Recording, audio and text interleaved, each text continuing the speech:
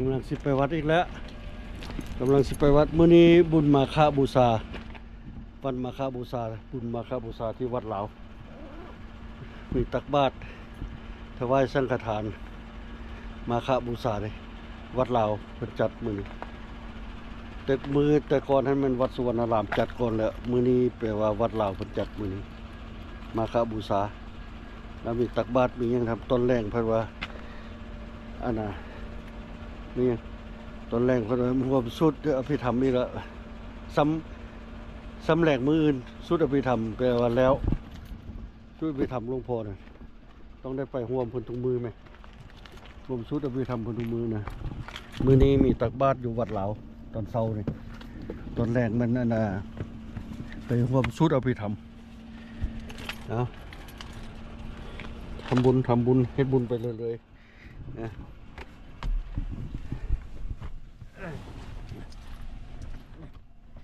กำลังสิออกไปอันนั้นร่วมบุญอันนั้นมาฆบูชาเป็นอยู่วัดเราแล้วก็ให้มีประชุมด้วยนึงคณะกรรมการเพราะว่าอยู่ในคณะกรรมการนำก็จะมีประชุมคณะกรรมการด้วยนึงเลยไปร่วมพุ่นวัดเรา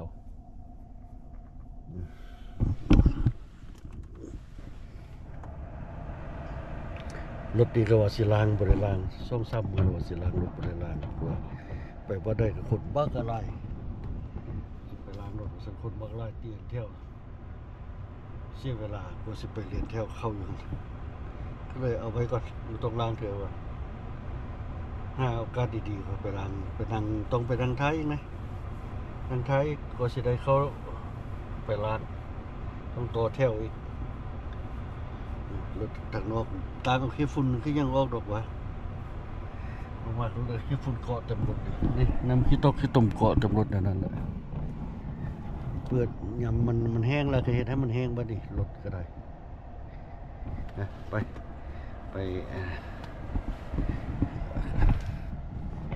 โอเคเด้อไปกำลังรอท้าเพิ่นลงมาอยู่เห็นยังบนลงมาป่านนี้ไหมนี่มาละมาละ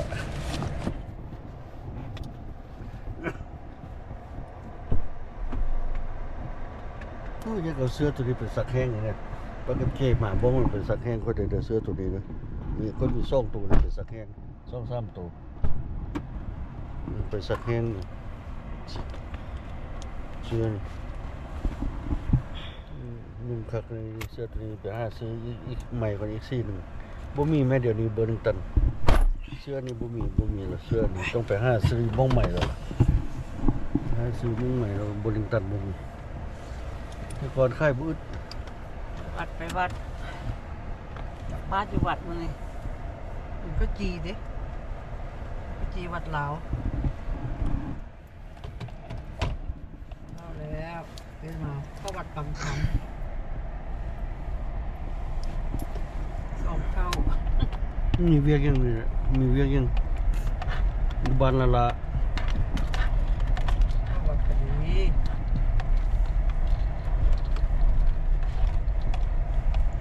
มีแห้งเมื่อให้มีเหือมีแห้งไปยามบ่สบายมาก็หยุดมีเหือมีแห้งมาก็ไปตลอดก็บ่ว่ามื้อใดบ่สบายตัวสบายจริงก็หยุดทางนี้ควรสิท่มทางนี้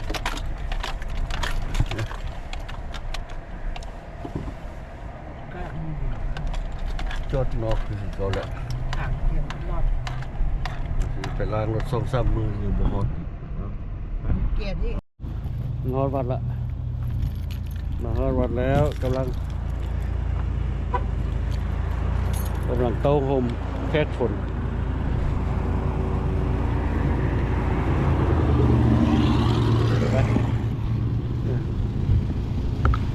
เอาละ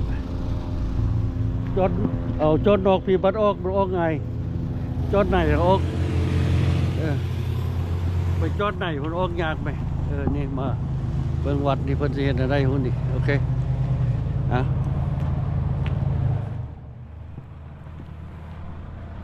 เคคนกำลังเต้าผมญาติโยมเต้าผมแค่คนมาเสียดายสิ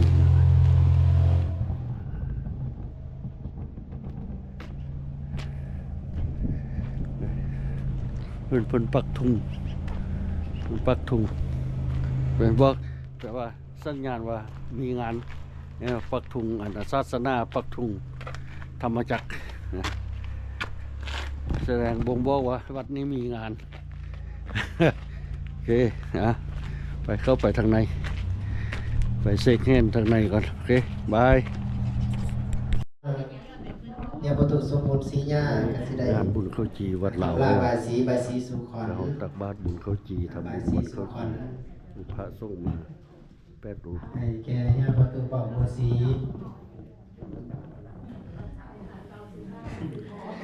ประธานศิลวัตร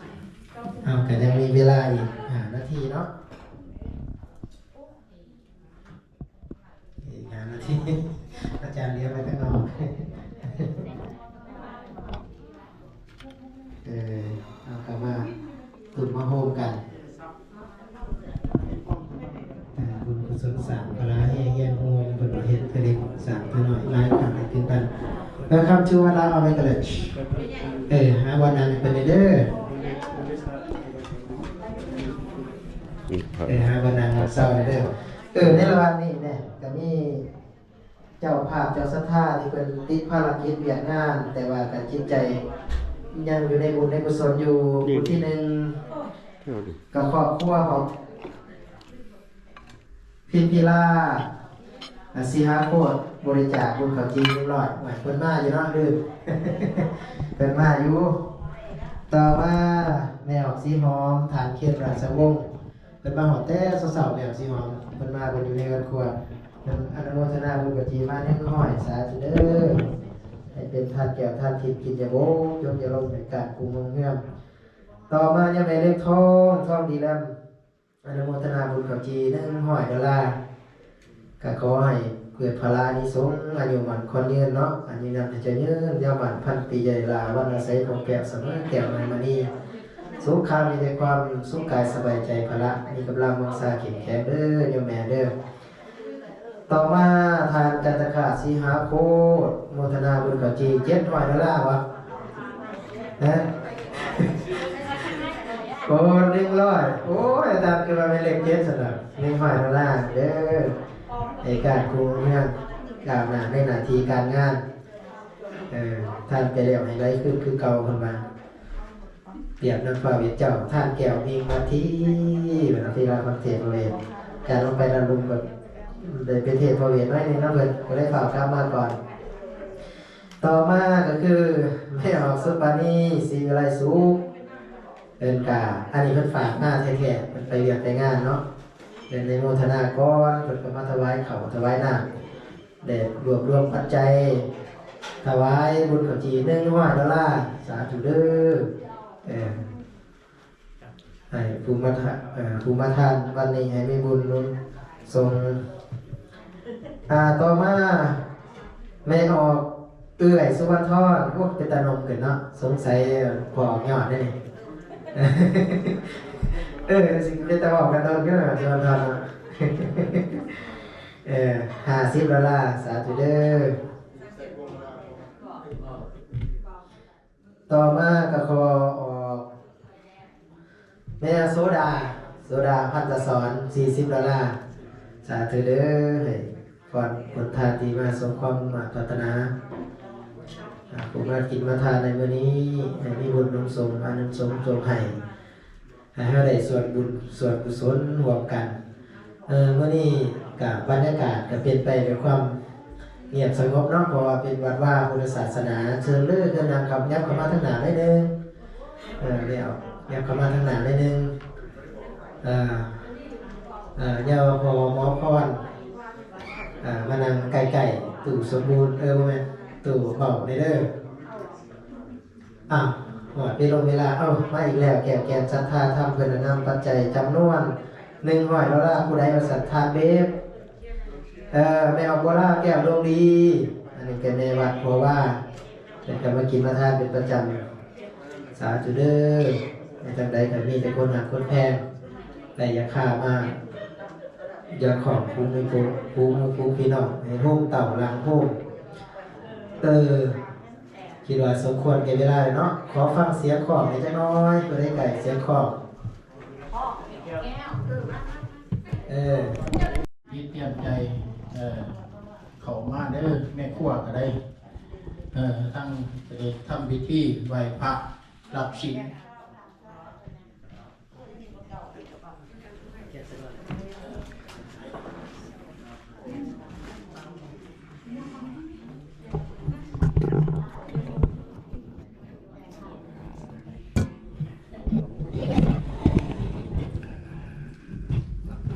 ขอเชิญตุปอผู้เป็นเจ้าภาพพระมาไต่เทียนบูชาท่าน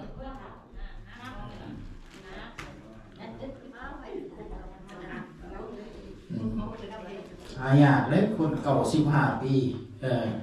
สุขภาพสำนีเนาะบางคนเขาก็60-70 ปีก็ไปยากมายากลำบากก็ถือว่าเป็นบุญ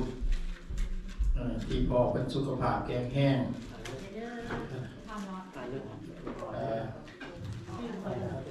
ว่าจะได้นี่ภาษาอังกฤษนี่ก็ซื้อจะได้นอนนี่นอสุขาวงศ์หมุนไม่ออกหมุนสุขาวงศ์อันนี้ก็ได้อนุโมทนามาร่วมทำบุญข้าวจีในวันนี้ก็ถือว่าขอให้เป็นส่วนบุญส่วนกุศลขออนุโมทนาสาธุเจ้าภาพเด้อ100 เหรียญกันเลยต่อไปก็สิเตรียมเนาะกราบลงเด้อ3 บาทพร้อมกันไหว้พระลำอามาอีกสัทธาใหม่เลยแก้วบัวสี100 เหรียญแต่ขอเป็นส่วนบุญกุศลในมื้อนี้สำหรับบุญข้าวจีแต่ขอให้เป็นส่วนกุศลในแก่ครอบครัวและเจ้าภาพสาธุ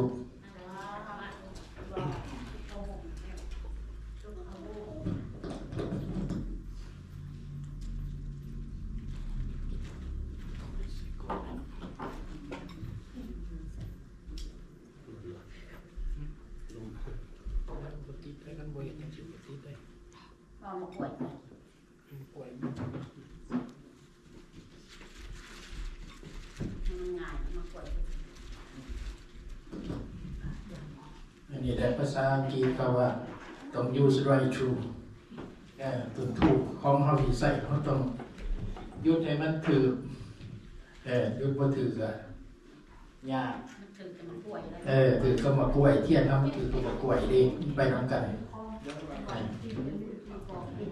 บ่เป็นหยังดอกเฮาเฮ็ดมันก็มีภาษาอังกฤษเขาว่า no perfect เนาะeverything มันก็ต้องได้ผ่านการเอาสิ่งที่มันผิดพลาดเป็นบทเรียน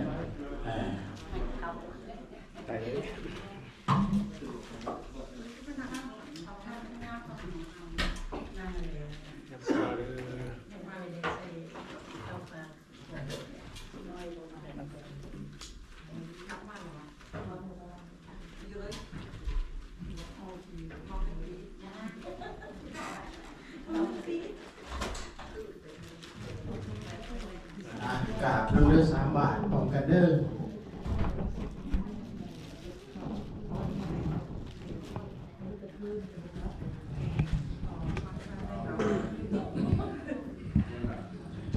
สักเคกะเมจารุเปสิริสิขารถาเตจันตาริเควิมาเนทิเปนะเทจาคาเมตารุวนาคาเนเคหังวตุมิเคเตภูมิมาจายันตุเทวาสารธาดวิสเมยคาขันธปนาคาทิทันตาสันติเกยังมุนิวาดวาจนังสาทาวเมสุนันตุธรรมชาวนกโร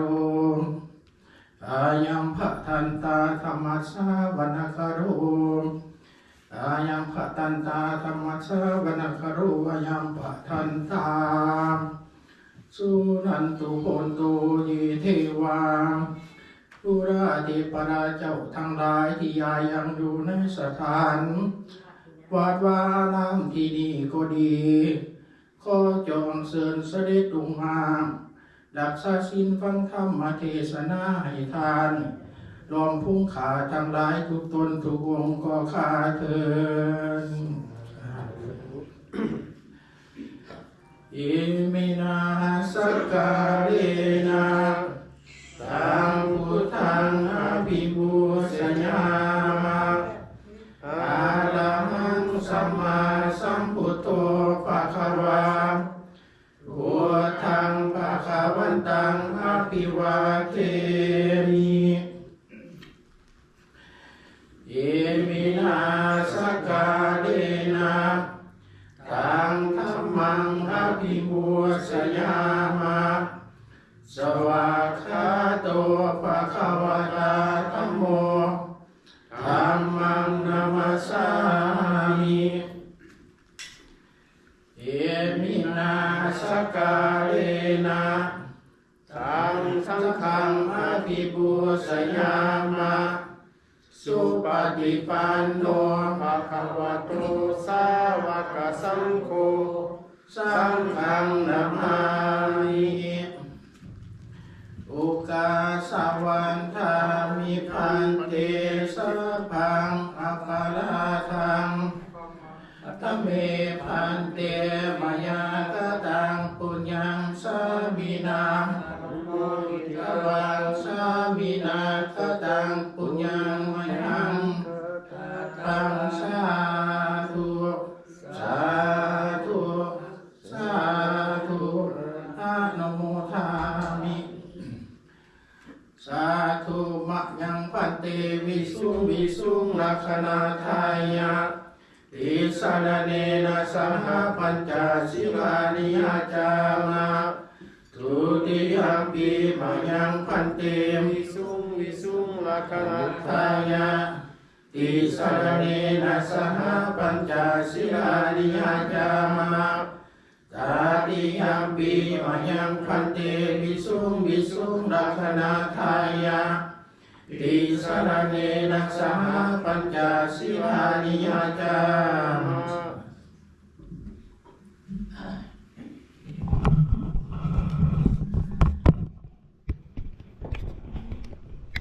ตานะโมตัสสะภะคะวะโตอะระหะโต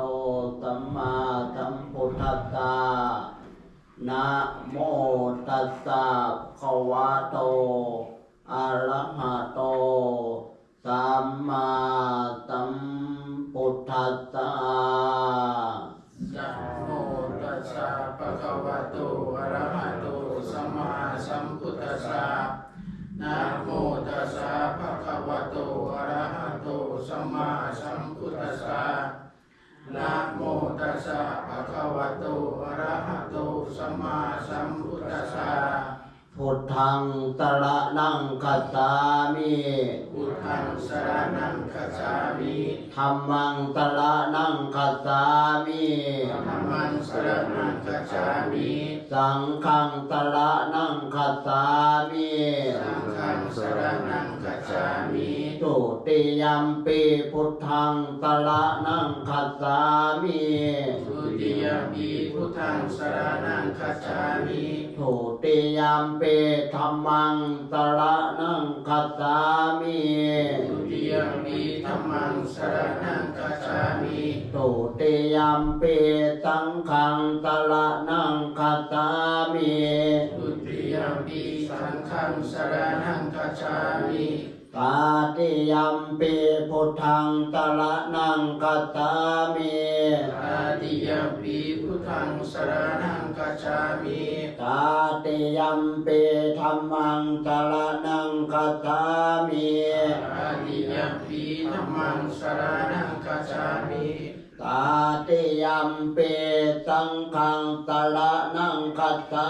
มิ ตาติยมปีสังฆังสรณังคัจฉามิ ต ติสารนาคามานังเนติตังปานาติปาตาเวรมณีสิกขาปะทังสมาธิยามิ ปานาติปาตาเวรมณีสิกขาปะทังสมาธิยามิ อาทินนาทานาเวรมณีสิกขาปะทังสมาธิยามิ ทินนาธนาเวรมณีสิกขาปะทังสมาธิยามิ กาเมตุมิตาจาราเวรมณีสิกขาปะทังสมาธิยามิ กาเมสุมิสาจาราเวรมณีสิกขาปะทังสมาธิยามิ โมสาวาทาเวรมณีสิกขาปะทังสมาธิยามิ มุสาวาทาเวรมณีสิกขาปะทังสมาธิยามิ สุลาเมรยมัสสะปมาทัฏฐานาเวรมณีสิกขาปะทังสมาธิยามิ สุราเมรยมัสสะปมาทัฏฐานาเวรมณีสิกขาปะทังสมาธิยามิ อิมานิปัญจสิกขาปทานิสีเลนะสุขติงยันติ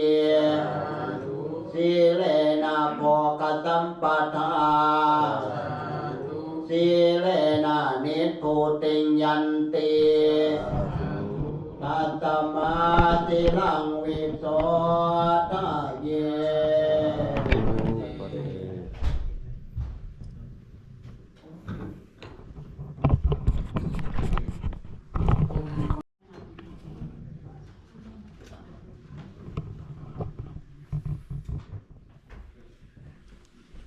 นะโมตัสสะภะคะวะโตอะระหะโตสัมมาสัมพุทธัสสะนะโมตัสสะภะคะวะโตอะระหะโตสัมมาสัมพุทธัสสะนะโมตัสสะภะคะวะโตอะระหะโตสัมมาสัมพุทธัสสะสัทธาสาคระมานานังนิพพานังอธิมุตตานังอัตถังคัจฉันติอาสวาติขอนอบน้อมแด่คุณพระศรีรัตนตรัยอันเป็นที่ยึดเหนี่ยวจิตใจเป็นหลักไส้ในทางพระพุทธศาสนาขอถวายคารวะมายังพระมหาเถระพระเถระผู้ทรงศีลทรงธรรมที่เคารพอย่างสูงขอความผาสุกหอมเย็นในศีลในธรรมจนบังเกิดมีแด่พ่อไปออกทานสาธุชนคนดีปลูกฝ่ายในศีลในธรรมทั้งหลายว่าเราจากนี้ไปจะเป็นเวลาของการสดับหับฟังคำสั่งสอนในทางพระพุทธศาสนาเพื่อเป็นเครื่องประคับประคองสลองศรัทธาส่งเสริมสติปัญญาของฐานสาธุชนจนกว่าจะเสี่ยงสุดแก่เวลาสืบต่อไปการฟังเทศน์ฟังธรรม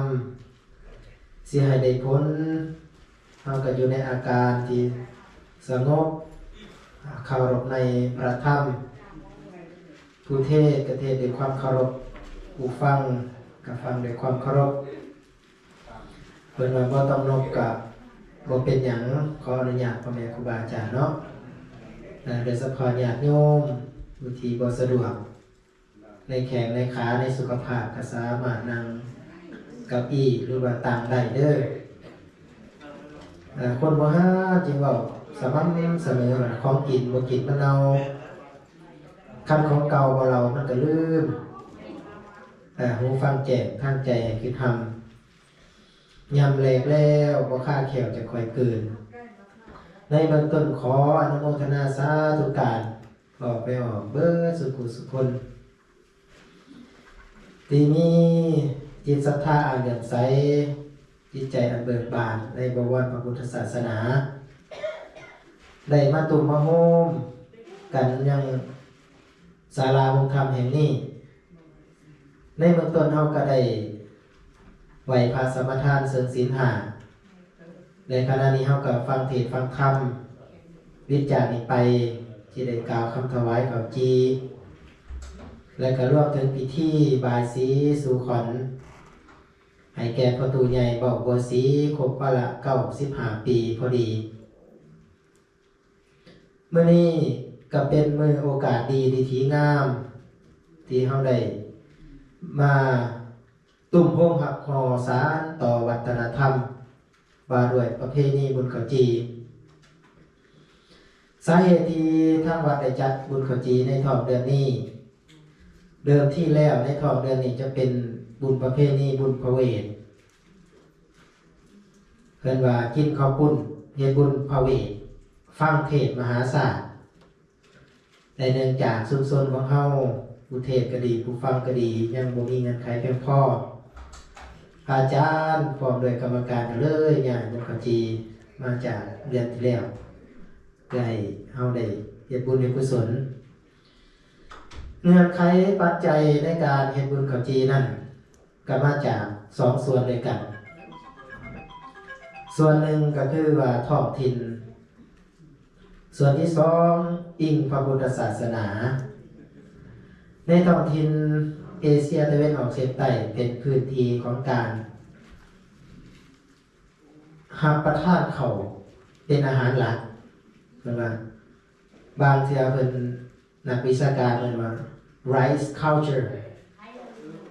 วัฒนธรรมในการวิถีของข้าวเป็นอาหารหลักตกมาท้องเดือน3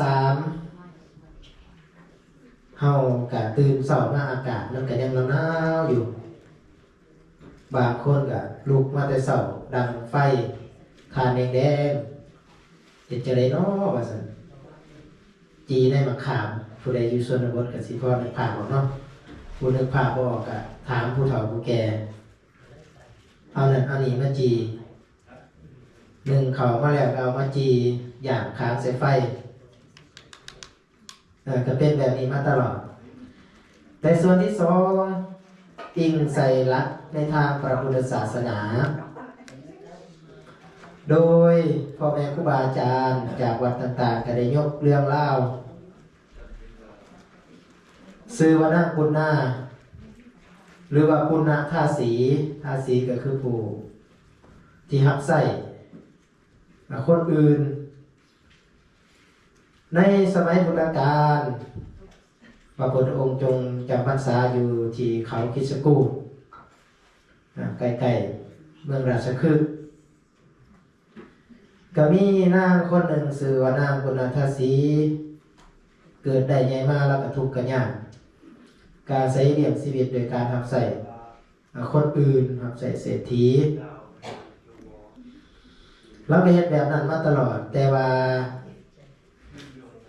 ความคิดของเพิ่นก็คือเฮานี่แหละแม่ออกยามเฮาทุกข์เฮายากก็คือตับข่อยน้อยอกน้อยใจโอ้ยชีวิตเฮานี่เกิดมาเขาขาดแรงแกงขาดหม้อทุกอย่างให้ปากกำกินมันมุกคันบ่มีมุกมันปากบ่ดับปานนี้คันบอกเป็นภาษาพญาบ้านเฮาก็ได้ผู้ขาคือมาทุกอย่างลำบากแท้น้อยามกลางคืนก็ตำข้าวจนเลิกจนดื่นจนได้นอนตื่นมาเช้าก็ต้องตื่นก่อนเจ้านายตื่นก่อนเศรษฐีทำข้าวแล้วครับท้องฟ้าใกล้สิแจ้งเราก็ไปตักน้ำผู้อยู่ในเมืองก็สินึกภาพบ่ออกเนาะในเมืองเฮาใส่น้ำประปาปัจจุบันนี้ถ้าผู้ใดเบิ่ง YouTube ก็สิเห็นว่าน้ำสระน้ำบ่อนั่นแหละแล้วก็ไปตักคืนหนึ่งนั่งตำข้าวจนหอดเด้อดื่มเที่ยงคืนแล้วก็เพื่ออะไรก็ย่อยก็ออกมาหับลมเย็นเลี้ยวขึ้นไปอยู่เทิงยอดเขาก็เห็นแสงไฟเลิกดื่มเที่ยงคืนก็ยังได้ยินแสงไฟเคลื่อนจากจุดหนึ่งไปสู่จุดหนึ่ง เราก็เลยโอ้ยสมณะนี่เลิกดื่มแล้วยังบ่นอนมีสิ่งอันใดรบกวนบ่นะมีสัตว์สาว่าสิ่งรวมถึงงูเหี่ยวเขียวคอรบกวนบ่เนาะล่ะแต่ว่าเฮานี่นอนเดิมนี่เต็มไปเพราะความทุกข์ถูกหักใส่คนอื่นแต่ว่าจิตใจเราเนี่ยก็อ่อนซ่อนนี่แม่อ่อนซ่อนนำศีลนำธรรมอ่อนซ่อนมาเฮ็ดจังไดสิได้อยู่ได้กินคือเพิ่นได้ไปวัดไปว่าคือเพิ่นคือไม่ออกมานี่โชคดีได้ไม่ออกเฮาอยู่ในประเทศสหรัฐอเมริกาสิเป็นจังไดก็แล้วแต่เรือนก็มีอยู่การก็มีเฮ็ดเงินก็มีใส่นั่นแหละเนาะสินเดือนมาอยากช้อปปิ้งหยังกันเขาก็ได้ไปได้สะดวกแต่ผู้ทุกข์ผู้ยากคือนางบุญนานี่ก็ทุกข์อีหลีแม่นบ่ทุกข์จนบ่มีเวลาเป็นของตัวเองแต่เราเห็นคนไปวัดไปว่าแล้วก็จะคิดปรารถนาโอ้ยอยากกินอยากทานคือบ้านคือเมืองหมู่เด้แม่นบ่แนวคือนี่หมู่แซวไปวัดไปว่าเฮาได้มาแต่งตัวโจ๊กงามนุ่งสินไหมใส่ผ้าเบียงเตรียมข้าวน้ำโภชนาอันดีแล้วมาสู่วัดสู่ว่าถือว่าเฮาได้กำไรแก่ชีวิตของตัวเองได้แม่นโลกบ่ซ้ำทำก็บ่เสียทานนำให้ก็ทำทานบ่เหินห่างรู้จักการที่ถูกต้องทานให้เพื่อส่วนบุญ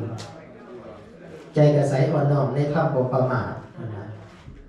ถ้าที่ยาวดื่มด่ำคล่องเข้าบ่ฮอดดีเมื่อนี้เฮาเดินตามห้องตามห้อยประเพณีบ่ต่อแมวนางบุญนาคอะเราก็ค่อยใจก็จริงอยู่เราก็เห็นเก็บความในใจแบบมาโดนแบบโอ้เห็นจะได้สิได้ไปวัดไปว่าได้ไปกินไปทานน้ำเพิ่นตื่นเช้ามาเราก็ลุกมาตำข้าวอธิบายตื่นตำข้าวไปยังมันมีครกแมวครกใหญ่ๆบ่แม่นครกคือแบบตำนี่อาจารย์ก็เกิดแล้วเนาะบ้านเฮาเอิ้นครกหม้อคำว่าครกหม้อเบิ่งไม่ออกหม้อคือมันใหญ่เนาะคันสิ่งใดมันใหญ่มันมีคำเฉพาะครกหม้อคันกระตายใหญ่กระตายหิ้งคันกบใหญ่มันก็กบเอกแล้วแต่ภาษาบ้านเฮามันละเอียดอ่อนแนวความใหญ่เบิ่งกันตำไปแล้วเราก็เอาห้ามมันอ่อนผสมเข้าไปตามเพิ่นว่าในสิมันเป็นแบบวงโค้งก็เลยมาใส่น้ำผสมก็เฮ็ดเป็นก้อนไปปิ้งใส่ไฟเนี่ยปิ้งใส่ไฟเบื้องต้นน้ำกับจีกาว่าสิเอาไปกินเองแต่บอกภาษาบ้านเฮาว่าเน็บใส่แอวใส่ขอบแอวนี่ใส่พกสิบไปอาบน้ำอิดแอดไปบังเอิญมื้อนั้นพระพุทธเจ้าก็กวดในขายพญานว่าเห็นอุปนิสัยของนางปุณณาผู้ที่มีสะสมบุญญาบารมีได้ภพหลายศาสตร์มาแล้วขั้นใดฟังธรรมก็คือสิได้บรรลุธรรมขั้นใดขั้นหนึ่งก็เลยด้วยวิสัยของพระพุทธเจ้าว่าย่ามมื้อเช้าเสด็จโปรดสัตว์แนวเป็นในพุทธกิจทั้งห้ามีข้อแนะนำว่าตื่นมื้อเช้าต้องไปโปรดสัตว์โลกก็อุบาทออกไปพร้อมด้วยภาษาสมณะคือพระอานนท์ติดตามไปมาสวนทางกันกับนางพอดีนางกับตกเข้ามาจึงเดินเติมแล้วย่ามเขาเห็นสมณะห้องบัดบ่มีของทานมันกระทานอะไรเป็นไปหรอกย่ามเขามีของทานกับบ่มีเวลาไปวัดไปว่าบ่ได้เห็นสมณะผู้ทรงศีลบางย่ามบ่มีทั้งเวลาบ่มีทั้งของทานอีกก็ชีวิตก็ลำบากแต่มื้อนี้เห็นสมณะแล้วแต่ของทานที่ในแอวของเรามันเป็นอยู่ในบูเรามันคือขี้หายแท้ทานสมอหรือบ่ทานสู่กับใจโดยแนวคือยากพระพุทธเจ้าบ่สั่งให้แต่ในใจนางก็อยากทานนี่เนาะคือค่อยใจผสมกับปัญจนิยาคือความตนีขี้เหนียวสู่กัน เราก็ตัดสินใจเด็ดขาดแนวแนวเคยให้ทานเป็นประจำเรื่องนี่ก็เป็นเรื่องง่ายเนี่ยที่ผู้บ่เคยให้ทานนี่เนาะผู้บ่เคยให้ของแต่ผู้อื่น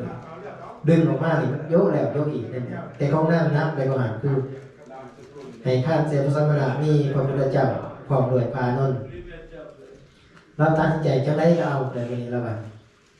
มื้อนี้เงินไขพร้อมแล้วของทานถึงบ่คักบ่แน่ก็เป็นของทานของเฮาสมณะผู้ทรงศีลก็ยืนเฉพาะหน้าแล้วก็ตัดสินใจนั่งลงกับพื้นคันบอกภาษาบ้านเฮานิมนต์ทางนี้เด้อก็น้อยว่าซั่นเราก็ตั้งจิตอธิษฐานขึ้นผลทานผู้ขาขอให้ได้ภารานิสงส์ความทุกข์ให้เข็นใจอย่าได้มีแก่ผู้ขาเด้อขอให้พบธรรมที่ยังบ่ทันได้พบขอให้เจริญในธรรมที่ยังบ่ได้เจริญแล้วก็ใส่บาตรป้อนลงไปในบาตรในขณะที่พระพุทธองค์เสด็จเยื่อกายไปในใจเราเนี่ยตกว่ำแล้วแบบยังคอยอีกบาทนึงเพิ่นสิสันของเฮาบ่เนาะว่าซั่นเพิ่นสิบ่เสด็จไปสันอยู่ในหัวในวังสิบ่เสด็จไปสันของกระดูกพี่มหาเศรษฐีที่มีของประณีตบ่เนาะของเฮาเพิ่นสิบ่ถิ่มใจแห้งให้กาให้สุนัขกินบ่เนาะคิดไปบ่ล่ำอร่อยเนาะพระพุทธองค์ได้ลิงเห็นโดยญาณพระองค์เองว่าโอ้นางบุญนาเนี่ยขัดของก็เลยบอกพาโน่นเนี่ยปูผ่าลงขาดทางก็ได้สั้นเข่าให้เพิ่นเราก็ดีอกดีใจน้ำตาลังน้ำตาไหลฟังคำจากพระพุทธเจ้าเพิ่นว่าได้บรรลุโสดาบันเป็นต้นเพราะฉะนั้นคนโบราณจึงผูกเป็นคำไว้ว่าเดือน3ค่อยเจ้าหัวค่อยปั่นข้าวจี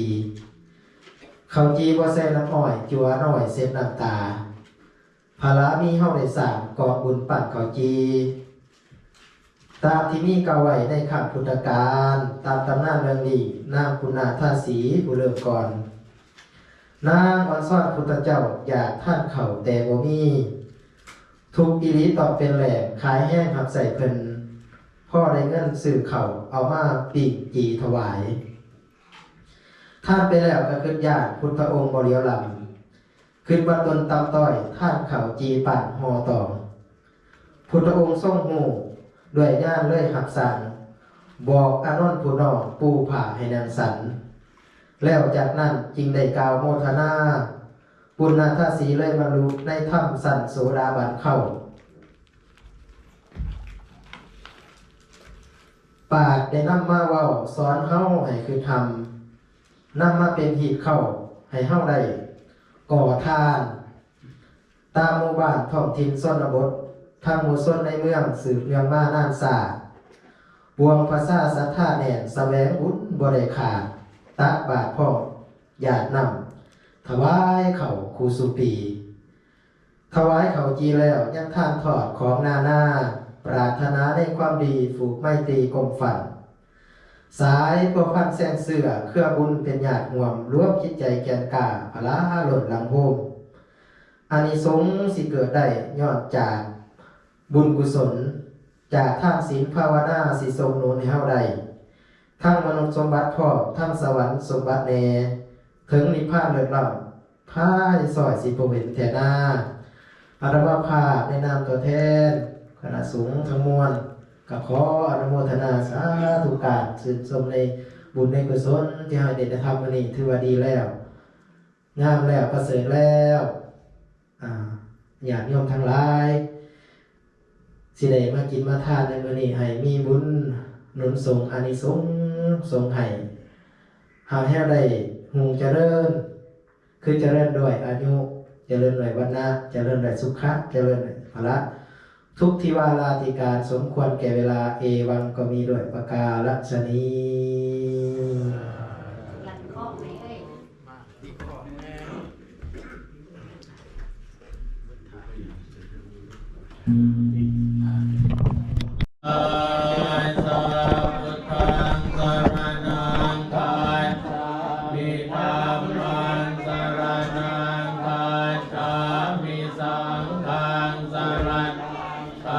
จา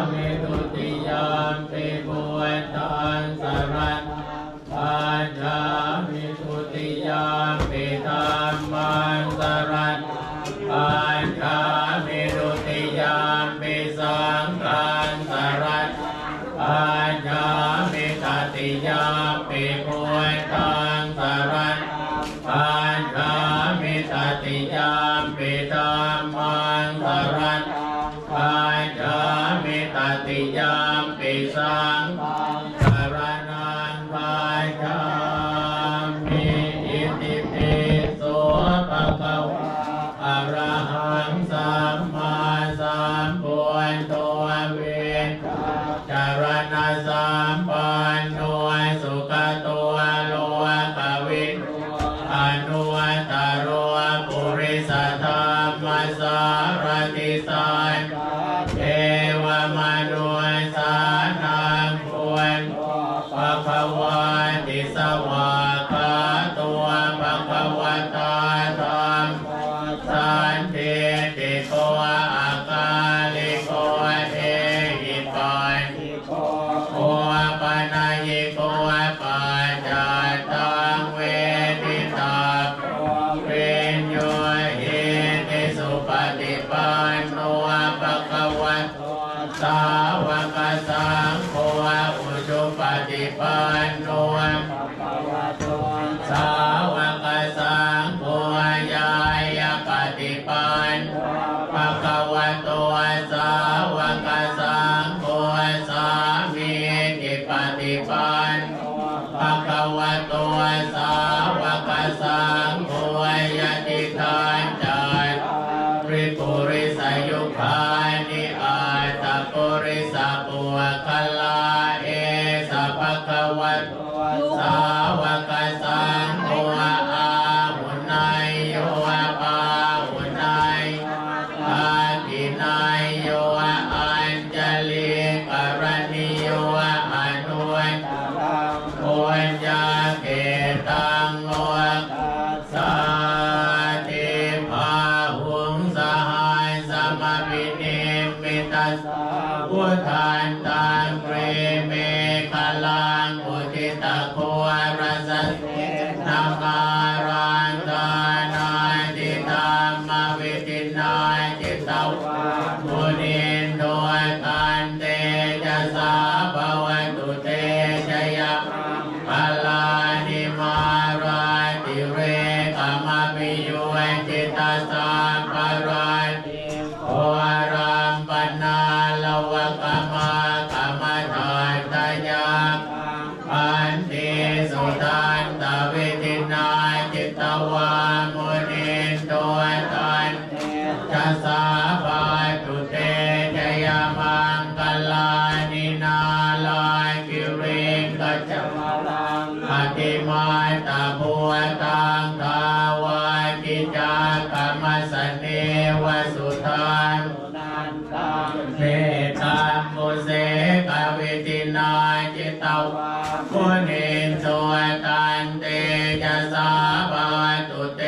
จยมังกลานิวกิตกะขมติหาตสุทารุนันตังภาวันติโยจันปะทังกุลิมาลวันอิทิปิสังขตมโนจิตวามุนินตันเตจะสาภาตุเตจยมังกลานิกตวานักตะมุตรังหิวกาปินิยาจินจายตัวตวจันจันกายมาเจสันเตนะโสมวิตินาจิตวาปุณิโตตันเตจะสาภวตุเตจยมังพลานิสัจจังวิหายมติสัจจกวาตะเกวาตาภิโรปิตมนังอติอันตะปุวันปัญญาปฏิปัจจลิโตจิตวามุนินโตตันเตจะสาภวตุเตจยมังกลานินันโทปนันตปุจจคังวิปุตตังมหิทิงปุเตนะเทระปุจจเกนะธรรมาปยันโตอิตัวปเทสวิตินาจิตวามุนินโตตันเตจะสาภาตุเตจยมังกลานิตัว กาหะเจติปุจเกนะสุทัสสะหะตังรามังวิสุทธิจุติเมติภคามิทานญาณกเทนะวิตินาจิตวามุนินตัวตันจะสาบาตุเตจยมังคลานิทุกอาทิติปุจเกนะสุทัสสะหะตังรามังวิสุทธิจุติเมติภคามิทานังญาณกเทนะวิตินาจิตวามุนินตันเตจะสาบาตุเตจยมังคลานิตาปิปุวัตจยมังคลาอาตกาตาโยทินาทิเนสารเตมตันเตหิตวานาเนกวิวิภาตุปาตวานิโมกังสุขังอธิกรรมายนะสัพพัญโยมหาการุณิโกนาตัวหิตจะสังกปานินางบุรตวาปารมีสัมมาปันสัมโพธิมุตตมังเอเตนะสัจวัตเจนะโหติจยมังคลังจยันตัวโพธิยามุเลสกยนางนันติวัตโนเอวังตวังวิจโยโอหิจยันอเลอปราจิตปัลลังเกสีเสปัตวิปุวะกะเรอภิเศษสัพพะปุวทานังปัตตัวปะมุวตติสุนาปัตตังสุมังคลังสุภาปัสสุวติตังสุขันวสุโภวโตจะสุเจพระมจาริสุปทากินังกายกรรมวาจากรรมังปทากินังปทานมโน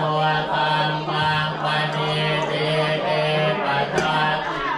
ปทากินานิกตวานลพันตาเตปทากิเน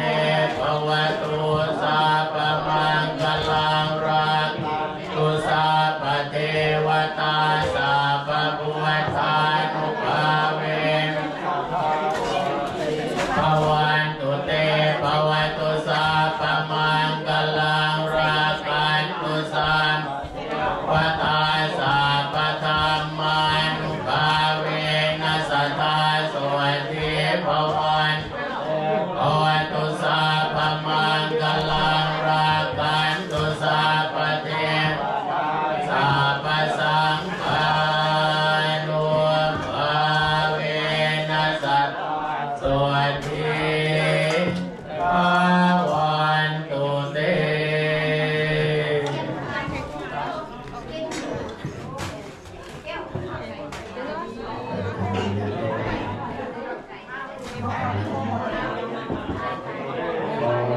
ใส่บาตรสติคีสติคีมันตียามขณะที่ว่าสติสัญญา ใครกันเนี่ยไอ้เด็กนักพอดีเห็นพวก หากใจที่มากำลังร่างกายเป็นใส่บาตรแล้วเจ้าหน้าที่มันก็จะฝ่ายขาวใส่ว่างไว้มาวางใส่ที่โต๊ะเป็นสิ่งประกอบถึงเอาเข้าลงในการท่าเวลาท่านเป็นสมบัติของคนดีท่านเป็นวิธีของผู้นำท่านจะเป็นพลานิสงส่งให้เข้าไปสู่ที่สูงทานนำสักดิ์โสบานั่งในการเป็นสัตว์สำหรับผู้ที่พอมีเวลา ให้เจริญพรสวัสดีให้อยู่ร่วมกันเนาะให้อยู่ร่วมกันพอตู่สมบูรณ์กสิบาเย็นตามหินตามข้องกสิภามวลมวลซื่นได้ไหมมวลอะไรซื่นนะมวลที่สองแบบได้แล้วนะขออนุญาตได้แบบมวลซื่นกับมวลเมาเนี่ย ยังเครื่องมาตักบาตร เออเราต้องคิดใจกันนะว่าอย่างนี้ซื้อเด้ออาจารย์กับอาจารย์กันมันซื้อมาตัวมันจะว่ามันซื้อมาคิดอาจารย์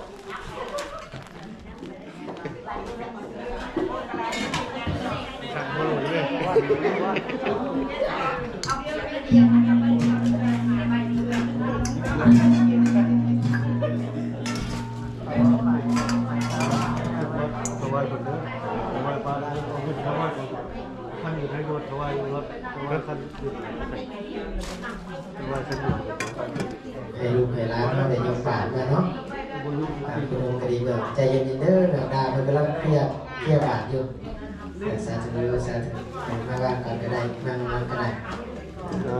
ถวายยก ปา เรา กไม่เครียดเด้อพอในลูกเต่าคดีคือเขาลูกจุงเอาลา ครับ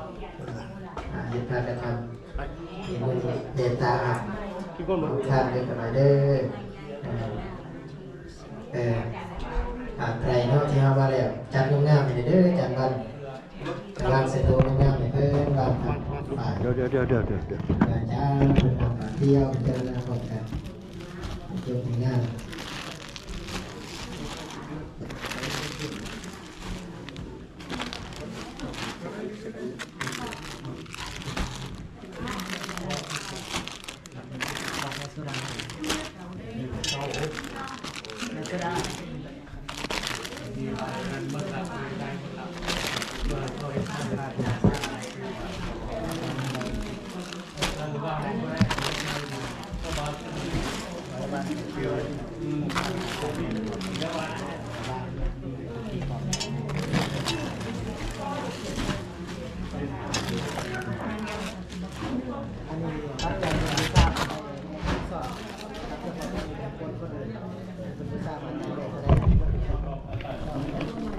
ภวตสังขารา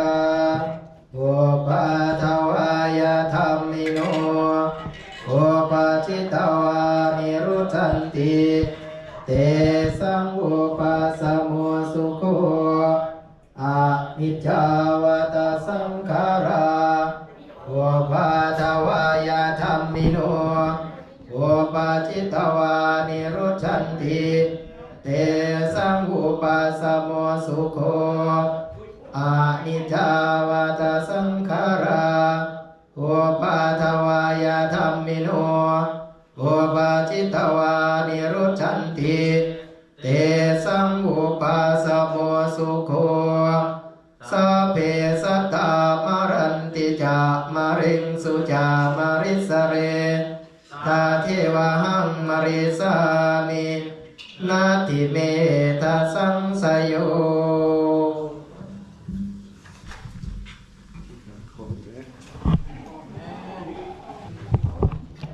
อยู่ไกลๆอยู่เลย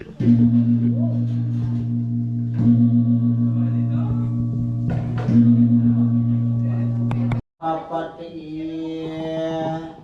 เยเตตังปฏิตังตุมหังกิปะเมวาสเมตโตสัพเพปุเรนโตสังกปปาจันโทปนาลาโตยะธามณิโสติลาโตยะธาสันตุสัพพะโลกโควินาศตุมาเตภวันตรายโยสุขิเตอายุโกภวะอภิวาทนาสิริสาเนจังวัฏฏปัจจานิโนจัตตารโอธรร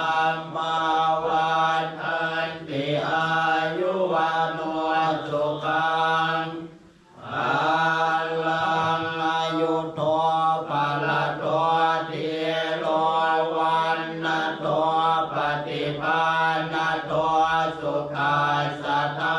ตาเมตาเวสุขังโสอติกาจติอายุงปัสวาปะลังวันนังสุขังจะปฏิภาณโตติคายุยาสวาโหติยาตายาตุปปาจติติยานามิมินาปุญญากาเมนะอุปัจจยปุญโนทาราจาริยุปะคาลจามัตตาปิตาจยาตกาปิยมัมมังสุริโยจันติมาราชามุนาวันตานาลาปิตาพระมามาราชาอินทราโลกปาราชาเทวตายโมมิตามนุสสัจจมัจจตาเวริกาปิจาสพเพสัตตาตุเกโอนตุปุญญานิปัสสัตตานิเมสุกังจติเวตังเดนตุกิปังวะเปอวมาทังอิเมนาบุญญากาเมนาอิเมนาอุติเสนะจักติปังสุลาเปเทวตันนุปทานาเสตานังเยสันตาเนหินาธัมมายาวานิปานโตมะมังนาสันตุสัพพทาเยวายาตาจโตภะเวอุจุจิตังสติปัญญาสเวโภวริยามินามาลาลาปันตุโลกาสังฆาตุจาวิเยสุเมปุตตาภาวะโรนาโตธัมโมนาโตวารุตตโมนาโตปัจเจกาพุทโตจะสัมโพนาโตตะโลมะมังเตโสตัมมานุปาเวนะมะโรกัสสังลาภันตุมาภวตุสาภมังคลังราคันตุสาภเท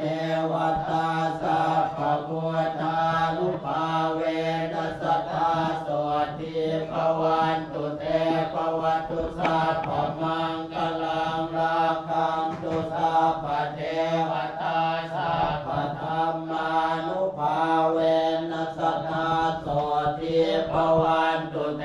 ภวตุสาภมังคลังราคันตุสาภเทวตาสัพพสังฆานุภาเวนัสสทธาโสติภวันตุเต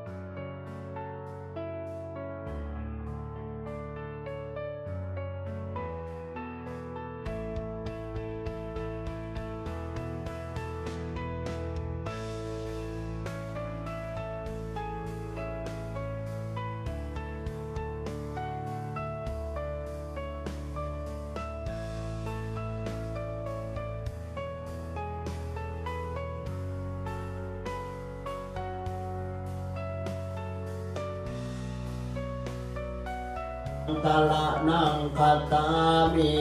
พุทธิยัมปิสังฆังสรณังคัจฉามิ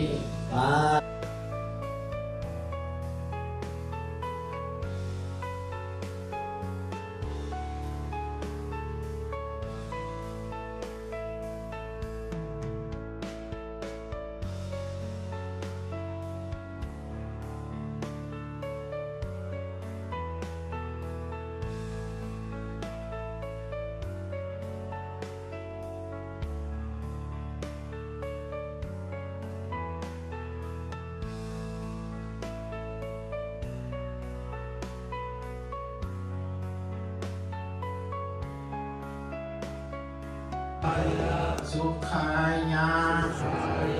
ยาวานิพานังโหตุสาธุ